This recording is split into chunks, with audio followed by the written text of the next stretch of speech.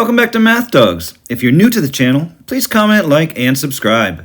If you have any questions, please comment down below. Problem number 7 says, in 2018, there were 21 million websites dedicated to dogs.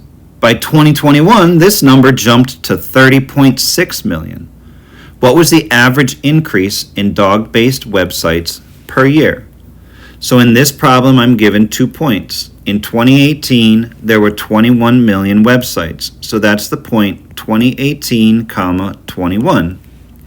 The second point would be in 2021, I have 30.6 million. So I have 2021, 30.6. Since I have 2 points, I'm going to use the slope formula. Change in y, or y sub 2 minus y sub 1, over change in x, which is x sub 2 minus x sub 1. And now I'm just going to substitute. The second y is 30.6, and the first y is 21. The second x coordinate is 2021, and the first x coordinate is 2018. And now, like the others, I'll just subtract.